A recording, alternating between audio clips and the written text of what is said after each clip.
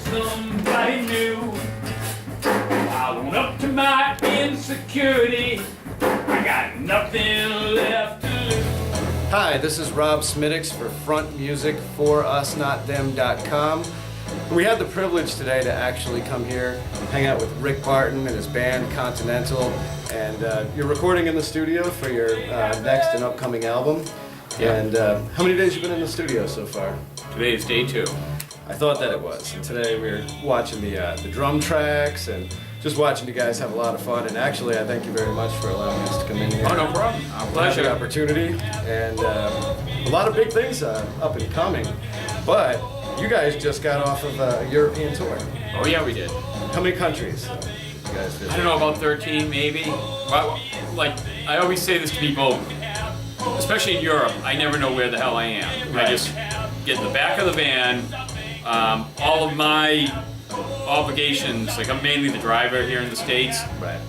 I just like get in the back and let them handle it, and I don't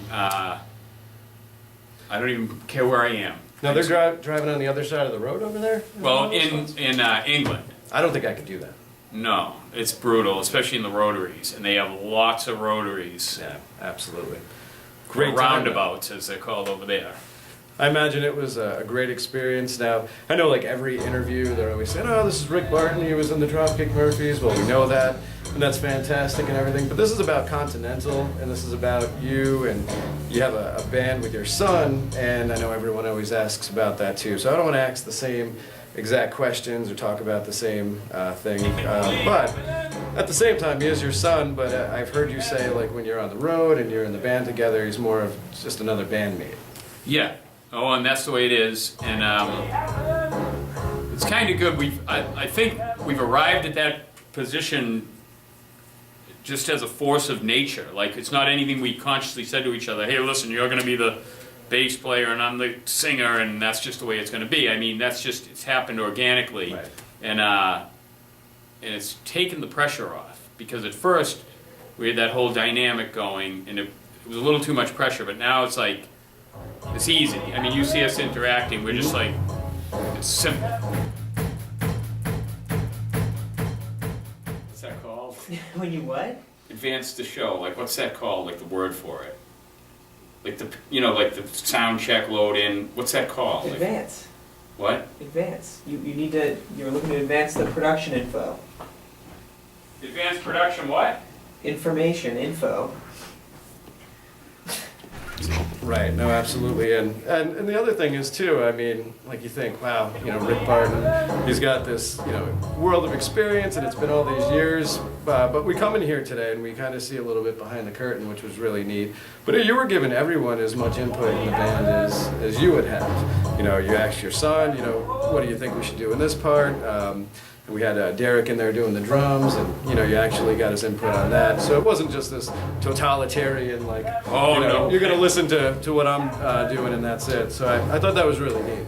Well, thank you, but that's, I defer to those guys because they're incredible musicians. I mean, they're kids, but they're incredible, wonderful kids, and they know so much more about music than I do. You know what I mean? I write songs, and they just like, and they nail it. And they're the ones that have shaped these songs into beautiful pieces of work. Like, this is, in my opinion, this is the best stuff I've ever done. I mean, my writing continues to get stronger and stronger. Like, I know this may sound conceited, but I don't really care, because I say it right from the stage. I have to love what I do, or else nobody else is going to. My chocolate's gone. Oh, I have more, don't worry. Is that what you do? Play for chocolate? Yeah, I had a whole thing right here. It's all gone.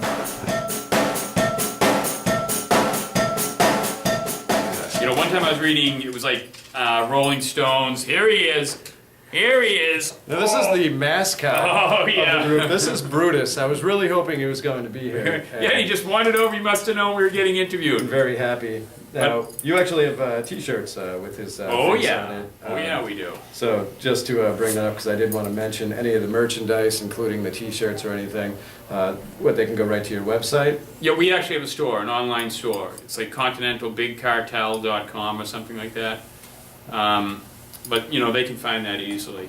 But as I was just about to say, Rolling Stone had like their top 50. This was back in, I don't know, the 90s or something. But they were doing interviews with like different people after they, no, I think it was listing your top 10 favorite songs or something like that.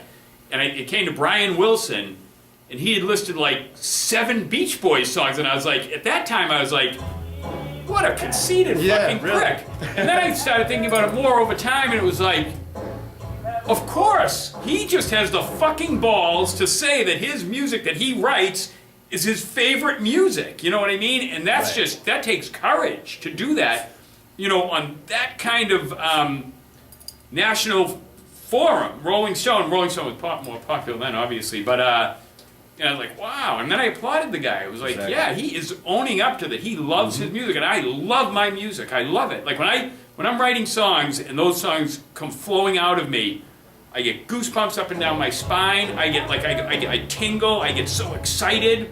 It's like the greatest moment of my entire life. Like it is the favorite thing that I do. I sit down, have my cup of tea, and I just start playing that guitar, and the songs just come flowing out, and it's my favorite thing about music. And you know, and I do. I love my songs. But these guys in the band have just taken it to the next level, and now it's like, wow, you know, this is a body of work, starting with our first full-length album, onto this stuff that I'll be able to listen to 10 years from now pretty confidently that I will still enjoy the songs, you know, and that's a major accomplishment. No more searching endlessly. I got end all the struggle. Absolutely, and what we're doing actually is we are focusing on a lot of music that's anti-mainstream, and it really, a lot of what's popular nowadays, you know, it ticks me off because it's not timeless music. It's not music, like you said, you know, you listen to it 10, 20 years down the line and it's still your favorite song.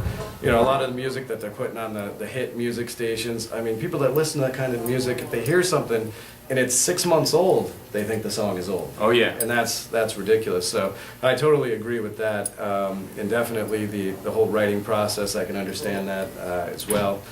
Certainly coming from the same perspective. Now, the European tour that you did, I'm sure that there were probably some highlights, maybe some horror stories. Oh yeah. But I don't know if this was the worst horror story. I seen something that you put up online about something about excrement or something like that. Oh yeah, yeah. Oh, one night. Let's put it this way: in England, accommodations aren't that great. I mean, I suppose if you're a big band, things can be, you know, they cater to you more. But Derek, where were we the night of the poop story? What town was that? Hastings. And we played a decent enough bar, but then we were led to this other bar room where they said we would be sleeping. And it was an absolute shithole. It was cold. Shithole. That's right. It was cold, and we didn't bring sleeping bags on the tour. And so everyone at the end of the night, well, everyone was drunk. I don't drink, but, you know, everyone was 4 or 5 in the morning. Everyone was scrambling for, like, what little couches there were, a cushion here, a cushion there. But we were basically on a barroom floor, a cold barroom floor. There was no heat. And at one point, I came upon, it was dark. And I found this one cushion, and I went to put it down on the ground, and my hand just rubbed through a pile of shit. That's the worst. Oh, and I was like, and it was, I couldn't see anything, and everyone was like trying to sleep, and I was like, I just went, it grossed me out so bad, and I was like, oh, and then the whole night, and then we kept finding, everyone woke up obviously, and everyone was like, there was poo everywhere. Somebody had shit themselves. That is horrible. Oh yeah. Oh yeah. It wasn't one of the guys in the band, I imagine, right? Well, we were with 2 or 3 other bands, and everyone was there. I really don't know who did it. But you didn't take Brutus on the road over when you went over to Europe. He'd have to be quarantined for like 2 or 3 weeks, and that just wouldn't work out. No. Yeah. But everyone needs a shit story, I imagine. That's rock and roll, I guess. Oh yeah. It is.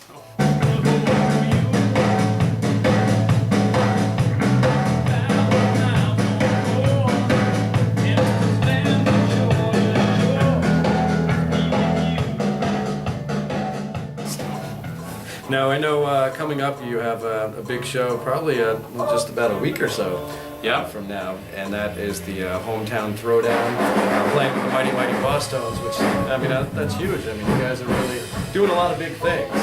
Yeah. And you're playing December 27th? December 27th, Friday night, 2 nights after Christmas. Excellent. Excellent. We kick off the whole series of nights, and the Bosstones are like, they're an institution. They may even be more of an institution than my last band I was in, Dropkick Murphys.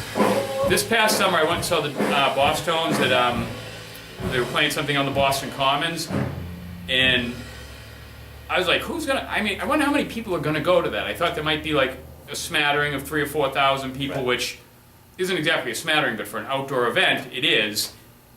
It ended up being attended by close to 50,000 people. Wow. It was unbelievable. Unbelievable. A sea of people all the way to the back. And I was like, you know, I love the Bosstones. Those guys are great guys. I'm going to tell you a few things about the Bosstones right now. Number one, they pick great opening bands, not right. just Continental, but they usually pick like some great bands. They're creative with their choices.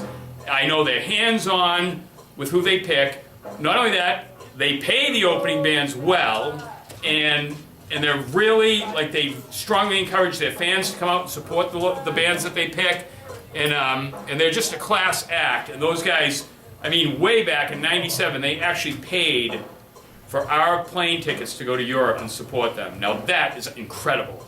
And so that night I was like filled with pride. I'm like, there's Joe and Dickie, and you know, they're up there, and like all these people came out. It was like, crap, you know, after all that time, you know, even though they've done well, like, that's just like such a redeeming moment for a band to have that kind of appreciation, you know what I mean? I think that's what, like, you know, that is just incredible, and it was great, and thanks to the city of Boston for coming out for music, you know, that's unbelievable, because that doesn't always happen, I can tell you that right now. Absolutely. Well, definitely don't want to take up way too much of your time.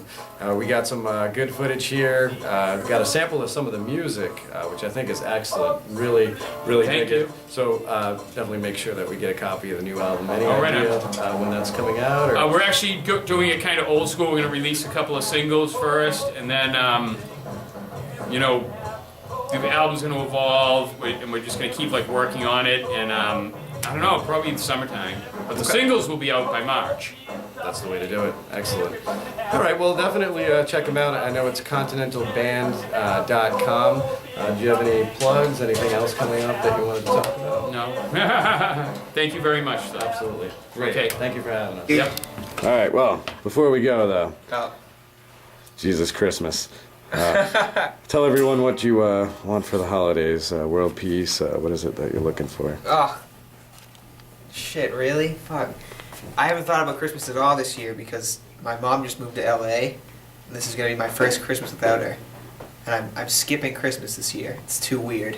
Me too, because I have kids and I don't want to buy them anything. So, There cool. you go. Well, I appreciate it, man. Thanks for having us out. Yeah, absolutely.